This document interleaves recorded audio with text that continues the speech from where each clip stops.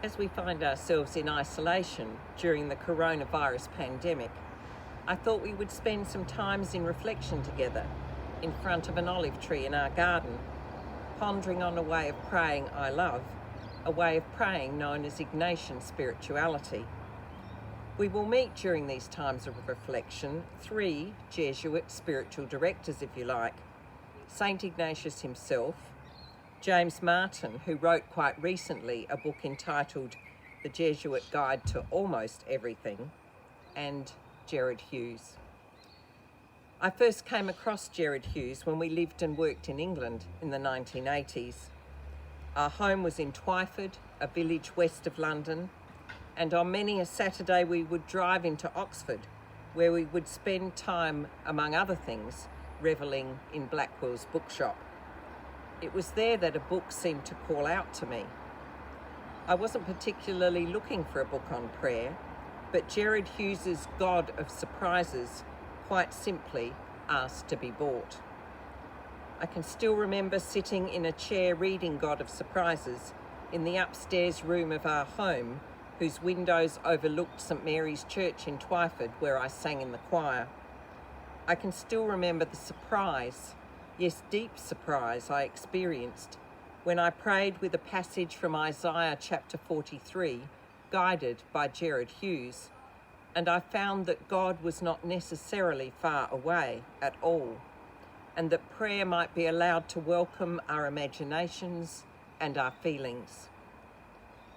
The Jesuit priest and spiritual guide Gerard Hughes opens his book with stories of people who he had met who did not consider themselves to be religious at all, but who he believed were being reached out to by God in their ordinary lives.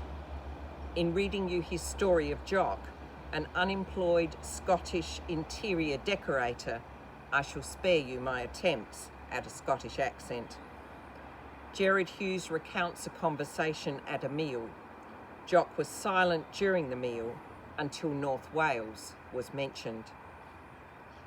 I was in Wales in the summer, Jock said, my first holiday away from home.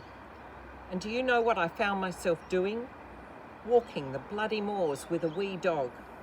My mates would have thought I was crazy, but I felt happy.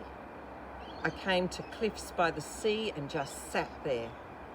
The sea looked awfully big, and I felt very small, but I was happy. Daft, isn't it? Jock had a natural sense of wonder, Gerard Hughes reflects.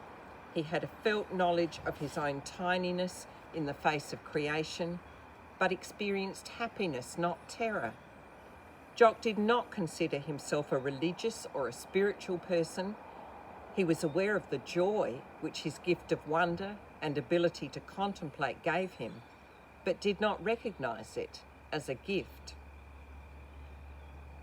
Do we have a place where we feel small but happy? Are we finding such a place at home or where we go walking each day? Or does a memory sustain us during this time? A memory of a place just like Jock's cliffs overlooking the sea? And have we entertained the thought that just sitting in or remembering such a place might be a prayer? Saint Ignatius, who we will meet next time by this olive tree, would have thought so.